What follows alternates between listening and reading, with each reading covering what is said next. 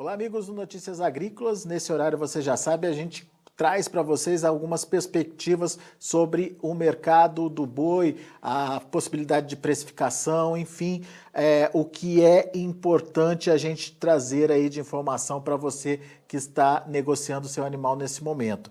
E para essa nossa conversa de hoje, o nosso convidado é o Iago Travagini. O Iago, ele é analista lá da Agrifato e está aqui com a gente já para trazer as informações do mercado. Antes de entrar no ar, o Iago estava brincando comigo aqui, contando que está mais fácil prever o que vai acontecer lá em 2023 do que saber como vai ser o comportamento dos preços, ou pelo menos prever o comportamento dos preços agora no final do ano. É isso mesmo, Iago? O que está acontecendo e qual é o cenário de 2023? Vamos adiantar então isso? Bom dia, boa tarde aí para todo mundo que está acompanhando Notícias Agrícolas. Prazer falar com você novamente, Alexander. E bem, é exatamente isso que eu te falei, Alexander. A gente está olhando aí para o curto prazo, tentando adivinhar qual vai ser a máxima, né? A gente está sempre buscando aí, sempre se perguntando como vai ser o preço, se vai ser 340, se vai ser 320, se... Alô? Parece que a gente teve uma falha na conexão. Vamos tentar reconectar lá com o Iago. Já está me ouvindo, Iago? Oi, estou te ouvindo. Ok. Oi. Desculpa, teve uma interrupção da conexão. Você estava começando a falar. Queria que você repetisse, por favor. Bem, vamos lá novamente, né? O que a gente está tendo agora é que hoje é mais fácil a gente entender o que pode acontecer com o boi gordo lá na frente por conta da definição do ciclo pecuário do que você determinar qual vai ser a máxima do preço nesse outubro, né? Que é a grande pergunta que a maioria do mercado se faz hoje, se a gente vai chegar nos 350, se a gente vai parar nesses 325 que a Bolsa fala hoje, né? Então, a grande pergunta do mercado hoje, se a gente vai chegar na máxima, se vai romper os 340, se vai chegar nos 330, ela é uma pergunta de mais difícil resolução, de mais difícil adivinhamento do que o que vai acontecer em 2023, por conta dos sinais que o ciclo pecuário tem emitido para a gente, aí, pelo menos nesses últimos 12 meses. Então tá, então vamos entender 2023, depois a gente volta no cenário atual aí, Iago. Por que 2023 está mais fácil de ser entendido? Bem, vamos lá, né? Acho que o que mais a gente vê nesse momento, não só nesse momento, mas acho que na história da pecuária como um todo, é a questão do ciclo pecuário, né? Você analisa basicamente que o ciclo pecuário ele vai ter seus momentos de retenção e descarte de fêmeas. A gente vê muito aquela frase, né? Quem manda no preço do boi é a vaca. E a gente volta e meia acaba falando disso. Nesse momento em que o preço do boi gordo está na máxima, né? A gente fica próximo dos 315, 320 reais. A gente olha para o descarte de fêmeas, que é basicamente essa métrica de quantas fêmeas estão sendo abatidas em percentual ao total, né? A gente está nas mínimas históricas, ou seja, a oferta de fêmeas está muito pequena. E por que a oferta de fêmeas está pequena? Porque a margem da cria, o preço do bezerro, estava batendo as suas máximas. Só que desde abril desse ano, seja por um movimento sazonal, mas também acredito por conta desses primeiros sinais de virada de ciclo, o preço do bezerro já começou a se desvalorizar. Ele veio basicamente 20 meses aí consecutivos de alta desde janeiro de 2020. A gente viu valorização atrás de valorização. Ano passado a gente nem viu basicamente a safra do bezerro, né? O preço do bezerro não se desvalorizou no período de safra.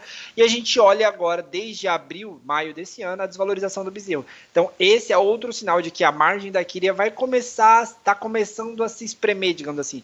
Obviamente tem um período sazonal, a questão da chuva, da geada, prejudicou pastagem, teve gente que está tendo que entregar seus animais para venda a um preço menor, e isso, de certa forma, já nos mostra que sim, o ciclo pecuário pode estar começando a dar sinais de que ele reverteria, né? A gente viria essa reversão acontecendo. Eu falo que 2023 está mais fácil de você ter uma noção do que vai ser o comportamento do preço, né? Porque a gente olha para esse início de preços do bezerro mais calmos, né?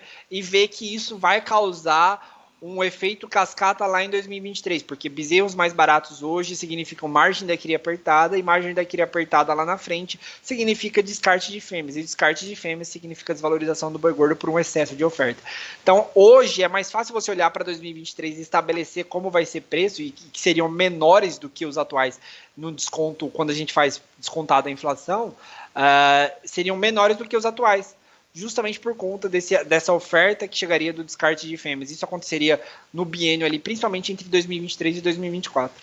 Boa, então tem muito a ver com a questão do ciclo pecuário, a retomada da oferta aí de animais, né, para acontecer. Isso deixaria mais previsível o 2023, ficou claro. Agora, o que está sendo difícil para entender agora em 2021 e principalmente para o final do ano, Iago? Bem, hoje a principal questão, e eu acho que a principal pergunta que se faz é que a gente não depende só da análise micro da pecuária, né? A gente olha para a demanda externa, a gente vê números bons, a gente vê a China comprando muito bem ainda, a gente vê a volta de alguns países que tinham parado de comprar muito da gente, que nem o Egito, a Arábia Saudita, a gente vê a entrada dos Estados Unidos, muito bom, a gente está com uma demanda externa muito boa, não vou me alongar nesse ponto. A gente olha para a oferta continua muito restrita, provavelmente a gente vai ter um volume abatido de animais no menor nível dos últimos 10 anos, eu estou falando nem menor que 2020, mas também menor do que até 2010, a gente vai no menor nível de volume abatido de animais, mas hoje, com toda a reestruturação que a cadeia produtiva, e quando eu falo cadeia produtiva, eu falo principalmente os frigoríficos fizeram, eles diminuíram a sua capacidade produtiva, essa diminuição da capacidade produtiva fez com que houvesse um reajuste. E esse reajuste está causando essa pressão negativa, mas eu não digo nem pressão negativa, mas essa estabilização dos preços. A gente olha para os preços e os preços se mantêm iguais, porque os frigoríficos estão alinhados, eles sabem o nível de oferta que tem hoje e estão alinhados com a demanda interna. A demanda interna é o principal entrave para o boi gordo. Então a gente tem que analisar crescimento econômico, tentar entender como é que vai ser a demanda do varejo, tentar entender como as classes sociais vão voltar ao consumo, se a gente vai ter uma parte da pirâmide financeira lá, do pirâmide social, voltando a consumir mais proteína animal. A gente tem alguns sinais de que sim, isso está acontecendo, mas determinar a intensidade disso ainda é muito difícil, né, para a gente determinar um pico máximo do boi gordo. Então, por isso, a gente ainda acredita que o preço do boi gordo vai subir, de que ele tem espaço para se valorizar. A gente tem alguns sinais, principalmente do frango ali, aparentando uma volta do consumo da classe mais baixa, mas ainda é muito difícil você determinar esse preço máximo, até onde a gente vai chegar em outubro, por conta justamente da demanda interna envolver diversos fatores, que é difícil você cravar como é que vai ser essa retomada. A gente pode ter uma demanda interna explodindo, como também a gente pode ter uma demanda interna fraca, né? Então, esse é o principal entrave, eu diria, hoje, para a gente falar em valorização do boi gordo, para chegar nos 340 até 380 reais, dependendo, obviamente, da demanda interna. A gente ainda acredita que sim, a arroba vai se valorizar esse ano, ela tem espaço para se valorizar, mas hoje o que está travando é a demanda interna, que tem derrapado, que não tem conseguido imprimir uma valorização para a carcaça casada do bovino. Muito bem. Deixa eu só retomar um trechinho da sua fala que você colocou que os frigoríficos, na verdade, os frigoríficos se readaptaram à demanda, à oferta que existe e reorganizaram aí a sua demanda. Isso é fundamental, porque até então a gente tem visto e entendido que esse alongamento das escalas partiu necessariamente de um aumento da oferta de animais de confinamento, de um replanejamento do confinamento para atender a demanda dos frigoríficos. Mas daí você está trazendo um outro ponto para a gente, que é o próprio frigorífico se reorganizando para abater de acordo com a oferta. Exatamente, só para você ter uma ideia, hoje a gente tem falado aí mês a mês, em 2020, aí saiu até os dados ontem do IBGE falando sobre isso, a gente tem observado mês a mês uma queda no abate de animais, ou seja, eles estão abatendo menos animais.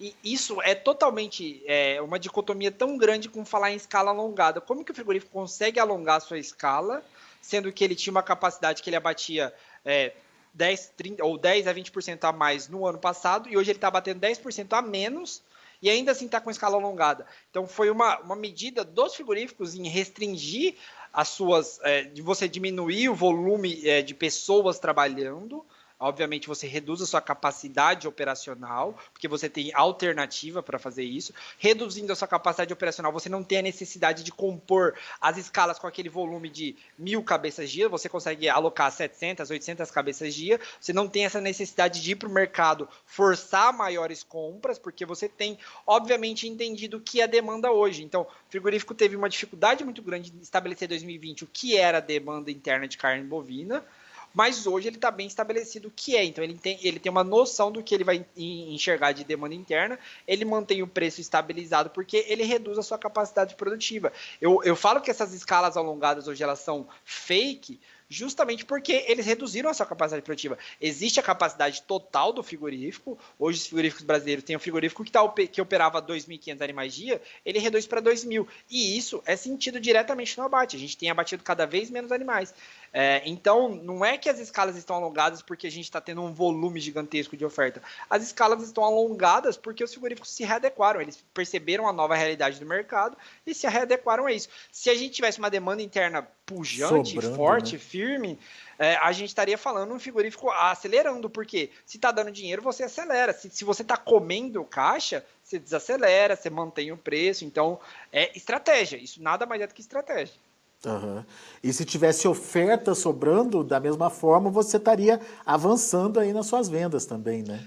Exatamente, porque aí se você tem, vamos supor, se você tem uma oferta sobrando, qual o sentido de você não pagar mais barato por esse animal? A gente está falando em escala alongada desde junho, desde meados de junho desse ano. E ainda assim o preço do boi não se valorizou, a gente está falando no mesmo preço há muito tempo. Ou seja, é uma estratégia de certa forma você manter esse preço estabilizado e falar que a escala está alongada, mas obviamente a gente olha aí e vê todos esses números de abate falando mês a mês que a gente está no pior nível dos últimos 10 anos. Muito bem. Daí outro fator que você coloca, demanda interna ainda não decolou, e isso também dificulta a análise, né? Principalmente aí para o último trimestre. Mas dá para ter alguma indicação de como isso vai funcionar ou ainda está difícil, Iago? Então, a gente tem alguns indicadores que podem mostrar para a gente que sim, a gente vai ter uma demanda interna mais forte lá no final do ano. Primeiro, frango.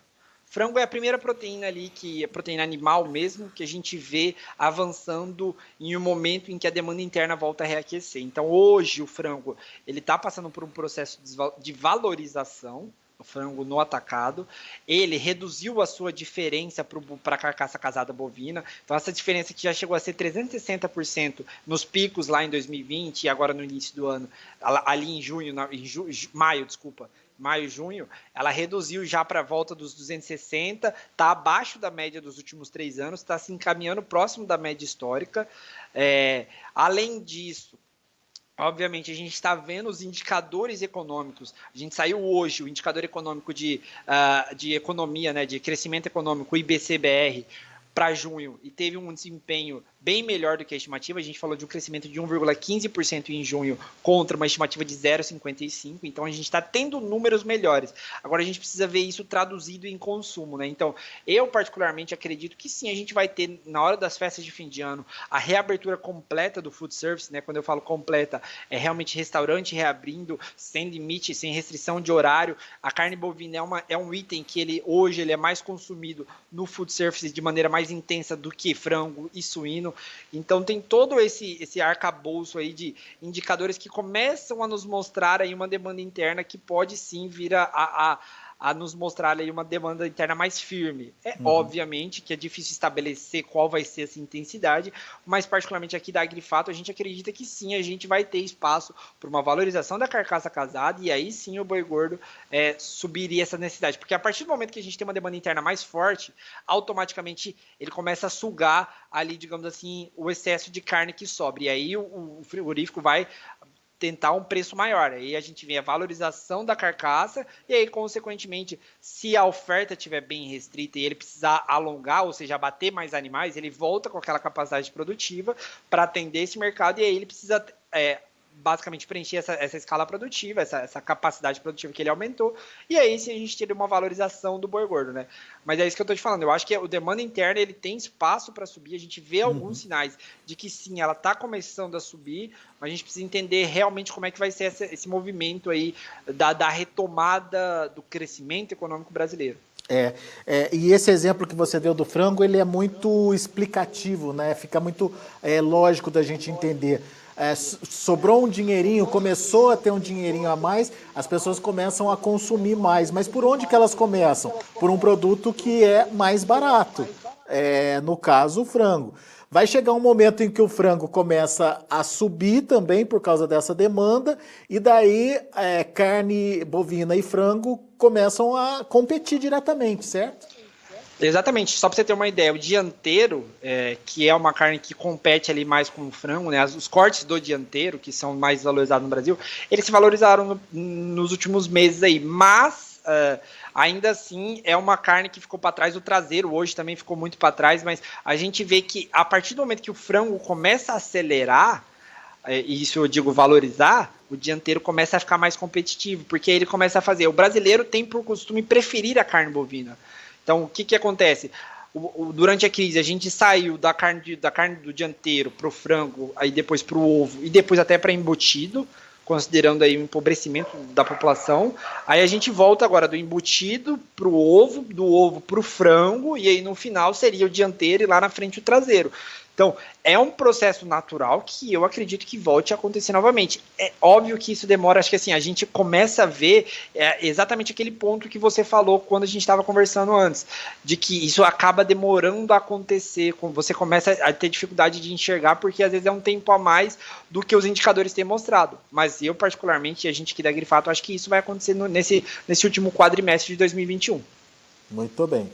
Mas fixar preço está difícil, nesse momento está difícil. Trabalha com cenários. Eu acho que a possibilidade mais provável hoje é o cenário de 340, 345 para o boi gordo em outubro. Só que é aquela coisa, assim, a possibilidade de acontecer maior, a gente acredita que é essa, mas a gente está muito dependente do que vai acontecer com o mercado interno e dos indicadores do mercado interno. Então, se a gente tiver essa vacinação andando e, obviamente, a reabertura de São Paulo, principalmente, eu particularmente acredito que assim a gente vai chegar nesses 340 fácil. Agora, se a gente tiver nova cepa, vacinação não dando certo, enfim, não andando, aí ferra de vez de novo, entendeu? Mas uma arroba de 340 vai também fazer o preço da carne bovina subir no atacado e no varejo, para o próprio consumidor. Isso também é um limitador, não, Iago? Com certeza, acho que isso assim, é um limitador de consumo, com certeza, mas o mercado vai precisar entender, quando eu falo mercado, é o mercado como um todo, vai precisar entender qual o limite da população, digamos assim. E a partir vai do momento testando, que você tem né? Exatamente, a partir do momento que você tem uma população mais capitalizada, uma população uma economia que está em crescimento e que está gerando emprego, a partir desse momento você tem um consumo, mesmo que expansivo, né? Quando eu falo expansivo, é mais gente consumindo, mas não quer dizer que mais gente esteja aumentando o seu consumo, mas tem mais gente consumindo, você já vai começando a pressionar. Então, por isso que a gente tem falado muito em inflação aí. O pessoal está com muito medo da inflação brasileira por conta disso, porque existe uma pressão necessária e uma pressão que deve acontecer, principalmente por conta dessa retomada de reabertura, entendeu? Então, é natural que aconteça mesmo. Eu acho que a gente vai ter um equilíbrio, mas eu ainda acho que a arroba do boi gordo e, consequentemente, a carne ainda vai subir. Legal. Boa, Iago. Meu amigo, obrigado mais uma vez pela sua participação. Sempre uma análise diferenciada aqui pra gente no Notícias Agrícolas. Volte sempre. Valeu, Alexandre. Obrigado pelo convite. Sempre um prazer falar com vocês no Notícias Agrícolas e até a próxima. Valeu. Tá aí, Iago Travagini, Agrifato, aqui com a gente no Notícias Agrícolas. Vamos ver os preços, vamos ver como estão as negociações lá no mercado futuro e também como ficou o indicador CPEA no dia de ontem. De olho na tela. Olha aí, agosto, R$ 317,40, queda de 0,28%. No setembro, R$ 319,50, também com queda, 0,14%. Outubro, já esboçando uma reação muito tímida ainda, 0,06% a R$ 323,20. Novembro, um pouquinho mais, uma reação um pouquinho mais forte, 0,17% a R$ 328,65, voltando a flertar aí, portanto, com aquele patamar dos 330 que a gente viu sendo negociado nas semanas anteriores. O indicador CPEA fechou a R$ 314,30 no dia de ontem, com queda de 1,37%. São os números de hoje do mercado do boi. A gente fica por aqui. Eu agradeço muito a sua atenção e audiência.